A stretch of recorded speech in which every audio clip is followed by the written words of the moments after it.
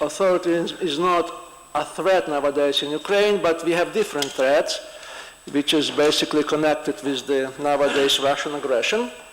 But I would start with supporting the words that has been just said by your rector. My Italian is not good enough to speak, but I do understand Italian. So I do really believe that what is at stake, it's much more than Ukraine. It's much than Ukraine and Russia. It's even much more, dare to say, even much than future European Union. It's future of the world. It's probably not sound exaggeration.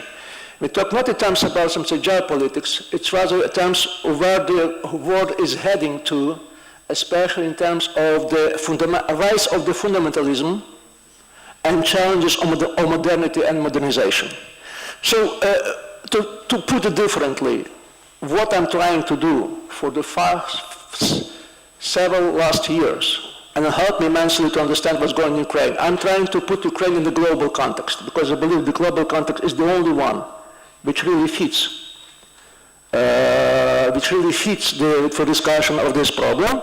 So to illustrate how does it work, just for all, there has been said quite often that Ukrainian revolution could not be predicted, which is not true, because there are many people who are predicting the revolution that was coming, and I was one of them. This is my text, published 3 years ago, when I was really telling that Ukraine, the revolution is hanging in the air, and in the spring of 2013, we were discussing this issue of the several months. We were just part of the think tank.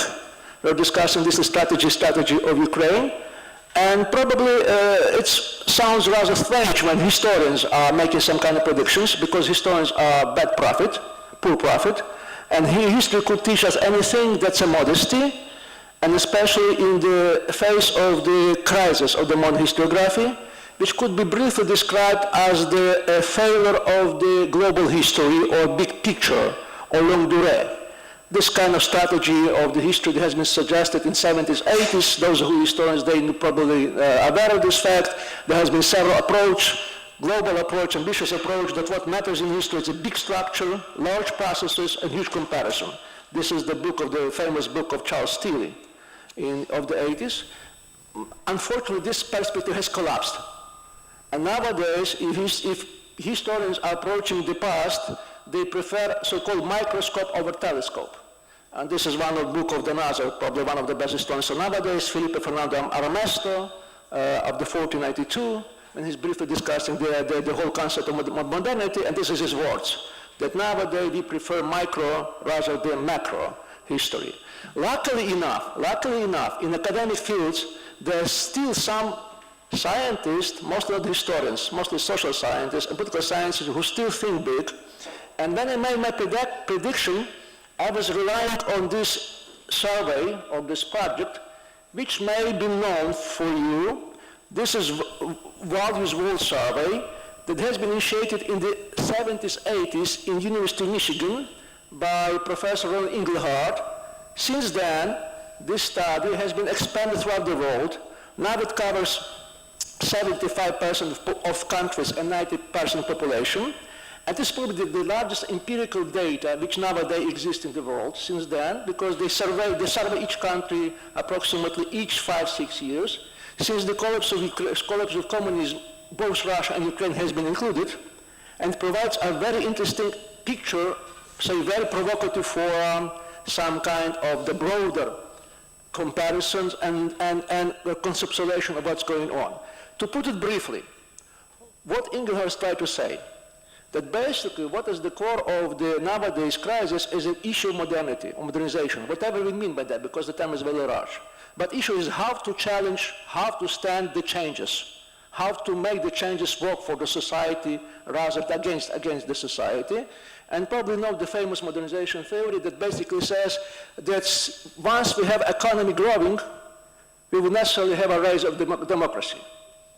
And this is very simple. I put it crudely, so to say, but this is mostly the modernization. And Engelhardt says that basically it's right, but it's also wrong.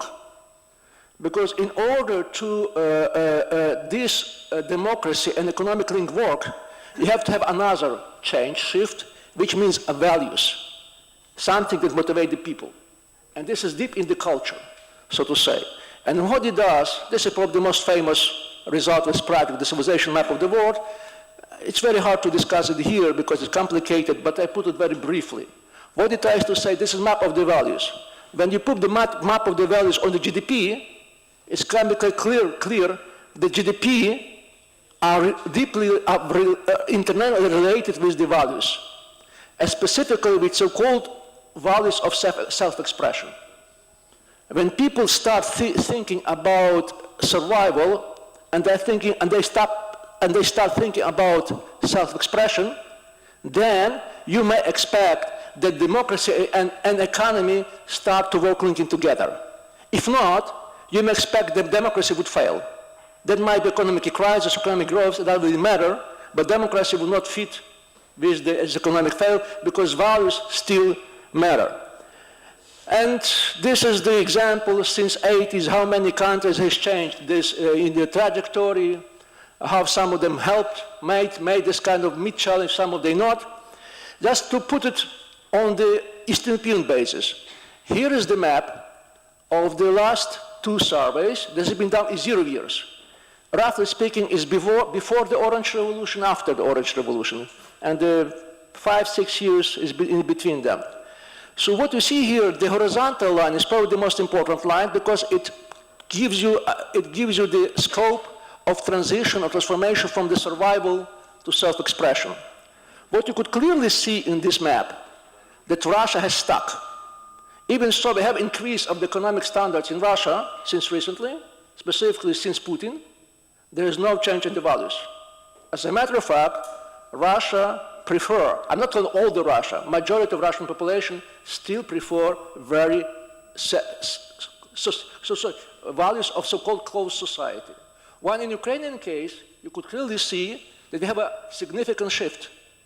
We see it on the map, that we have some kind of shift on the map, which clearly shows that, quite surprisingly, even situation in Ukraine is much worse economic. We have political crisis, since still we have a shift in the terms of the self-expression values. Now let's come to closer reality. How we could transcribe to political, so say, circumstances or events. If looking upon the scheme, you could clearly see that rise of the Putin is not a coincidence, because basically it reflects the values which are now dominant in the Russian society. Because once you have a survival values, you would vote for a strong hand, somebody who take order over the country. And vice versa, under these circumstances, under this kind of the context, you may really see that return of Yanukovych to power was a kind, if I may put it, systematic error, failure of the system, some kind of coincidence. Because since there is a shift, you may expect that he won't stay for long in power. So this was our base for our predictions that Yanukovych, if Yanukovych would not change his attitude, most likely revolution would follow because you have quite different society. And this has been society that emerged in the last 10 years in Ukraine. So what is good about the project? Because it clearly shows to what extent history matters. Because this is history that made this kind of difference. And I would claim, for sure my colleagues will tell you about the history of the several centuries, I would claim that this is not the long history that matters. It was the recent history. And I believe the main point of bifurcation between Russia and in Ukraine occurred not by the collapse of the Soviet Union in 1991. The main testing case was this crisis, 93-94. You may remember or not, both Ukraine and Russia has a very deep crisis at that time. Ukraine has been divided economically, linguistically, culturally, in 2 parts, East and West. Ukraine is speaking East, West, Russian speaking East. And the crisis was so deep that CIA came with a prognosis that Ukraine is heading to civil war, in comparison with which, I'm quoting verbatim, Yugoslav war would look like innocent picnic. Luckily enough, nothing like that has happened. What happened, there has been second Ukrainian elections, and even so the crisis was run very deep. Ukraine managed to transfer power from one president to other president peacefully and relatively democratic way. And this gives open a way for a new political system, for sure very corrupted, for sure not quite democratic, but still the process was still their own, because what you have there, you have elections, which results could not be predicted, because after each election you have a new party of power. And there was kind of a consensus that you should not send your opponent to the jail, because by the next election, you may lose your election. And this is very rational, so say, choice. But in any way, you have some kind of quasi-democracy when every election was very critical, very much dramatic, but still each election ended in another shift of power, which never happened in any other countries of the former Soviet Union, with the exception of Baltic states, and specifically in Russia. Russia had more or less the same crisis at the time, and it finished differently. You may remember, not again, in October 1993, Yeltsin sent tanks to suppress uprising, which was led by the Russian parliament. So we have two crises, similar crises, which were resolved very differently. Peacefully in Ukraine and violently in Russia, while in Ukrainian crisis, peaceful solution opened a way for a constant change of power. In Russian case, it just closed any kind of option of the peaceful or regular change of power, and which led to what we now have in Russia. So what I'm saying here, these different trajectories which Ukraine and Russia had create a new opportunity, and most importantly, the main opportunity was, or the main, so say, result of this Ukrainian trajectory was a rise of new generation in Ukraine, which was raised even so in economically not very stabilized years, but still in the years of the real democracy. Few facts about this generation. First of all, you may know it's a very extremely educated generation. You may know it or not, but Ukraine nowadays is among top 10 countries in the world with the highest rate of the young people who are attending university within a specific group age. We never had such educated generation as we have it nowadays. For sure, it's very much digitalized generation. I mean, and specifically, it's global. It's very much global. You know this kind of things. I see many faces, young faces here. You know that was Facebook and Twitter, thing like that. And this would create some kind of new values, which is very horizontal, so to say. Values which people not really, say, prefer, accept kind of vertical structures. And it deals not just with the authoritarian like Yanukovych and Putin, but even with the old party. So what you have now, we have a very educated, very motivated generation in Ukraine, which on the other part could not make any kind of career because the country is extremely corrupt. And this is kind of global context, emerges so-called precariat. These young people who by all standards belong to the middle class, but they could not make career as a middle class because the possibilities are closing, so to say. And as they say, as Zygmunt Baunt used to say, tell me what year you were born, and I'll tell you how poor you would be.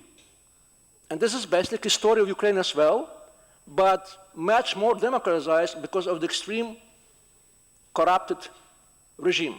So basically I'm trying to say, we have a clearly, and this is another map, generational gap in Ukraine in terms of the values. Let's put this way, that people of the age like my people sitting on the front, in the side of me, of the age of the from 18 to early 30s, they have a different kind set of values than my generation. Or put it differently, young Ukrainians, in terms of their values, they're much closer to the age group in Poland, Greece, Italy, Germany, than to Ukrainians of my age. In certain case, we have enough generational gap in Ukraine, like West used to have Europe in the 60s. And basically, this was their revolution, very much their revolution. And sociology proves it very much. So what I'm trying to say here, and probably I'm closing to my conclusions here, that if you want to understand what's going on in Ukraine during the Maidan, you should probably not talk that much about Ukraine or Russian history, or even not talk about previous Maidan, because this Maidan is different. This Maidan has much more to do with a moment like Occupy, or mass protest in Taksim, Istanbul, or protest on Bolotny Square in Moscow. This is the same kind of phenomena, which people usually not see because they focus on identity, on Ukrainian crisis, Ukrainian-Russian identity, relations like that, and for sure it's worth considering, but to a large extent it obscures the essence of the phenomena because it's mostly ruch of the movement of the precariat. Why is that different? On what extent is it different?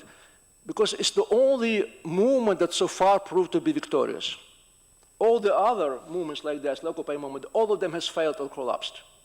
So far, Ukraine nowadays is probably the only one who's still viable. We don't know to what extent, but still, at least until this moment. And why would be that? Why Ukraine made this exception? And I'm coming to the second part, which will be very short, because of the role of nationalism. And here telling as a historian, 19th, 20th century, there are certain rule of thumb when you're talking about histories, revolutions. Those revolutions has more chances to win if there's national dimension in this revolution, so to say. Like it was in Poland under Solidarność, not nowadays in Ukraine.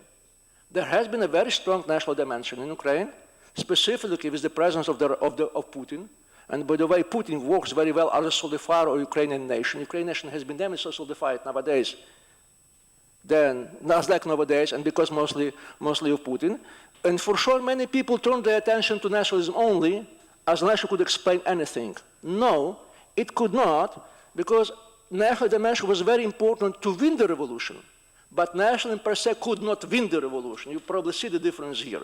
Just to give you the point, this is probably the two most important Ukrainian nationalists, the most symbolic one, Ternebok and Yarosh, which was very acting and vociferous during the revolution.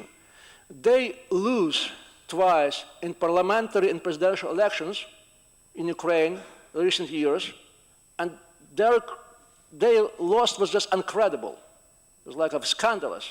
Just give you the way that both of them together got less voices than leader of the Jewish organization in Ukraine, Rabinovich, which gives you the idea about the real scope of the imagination. So why is that, and I'm closing, getting to some kind of the close. This is probably not the name Illarionov. He has been advisor to Putin. Nowadays he moves to the United States, and he's very much give his analysis, also analysis to Ukrainian nowadays the government. What he basically says, why Putin has failed in Ukraine? Because he still believes that Ukrainian revolution is about identity. It's about nationalism. And therefore he believes that Russian speakers, they are Russians. As a matter of fact, they are not. Because if you put this in the terms of the social, global values, you may easily understand why people in such Russian cities like Dnipropetrovsk, Kharkov, Odessa, they are rather anti-Putin than pro-Putin. Just to finish this point, it's about values. And this is something that has to be understood. For sure, nowadays, when Putin has started a war, he may to reverse this project. Because once there's a war, people not think about self-expression anymore. They're starting to think about survival. So nonetheless of this tragedy which is going in Ukraine nowadays, there's another tragedy. Because in a sense, Putin is stealing a chance for Ukraine. Stealing a chance for this young generation, which looks for new opportunities in their life. Thank you so much.